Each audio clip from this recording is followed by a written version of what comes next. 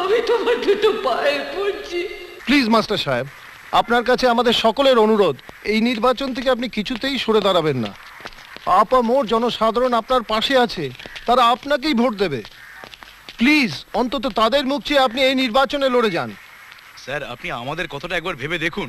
মানে আপনি যদি এই ধরনের সিদ্ধান্ত নেন, আমরা তাহলে কিভাবে, মানে বুঝছেনই তো, আপনার জন্যই তো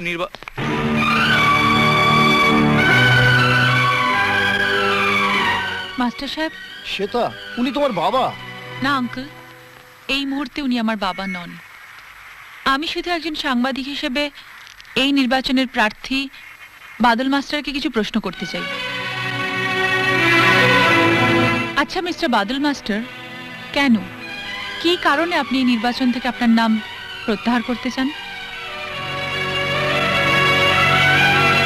আপনি ভয় পাবেন না, শুধু আমরা নই, দেশের আপামর জনসাধারণ আপনার সঙ্গে আছে। আপনি শুধু এটা বলুন যে আপনি কেন আপনার নামটা প্রত্যাহার করছেন। যতটুকু আমরা জানতে পেরেছি, আপনি নাকি আপনার প্রতিদ্বন্দ্বী চৌধুরীর লেলিয়ে দেওয়া গুন্ডাদের খুনের হুমকিতে আপনি আপনার নাম প্রত্যাহার করে নিতে চাইছেন। চুপ করে থাকবেন না, বলুন বলুন কি বলতে চান, বলুন। হ্যাঁ বলুন।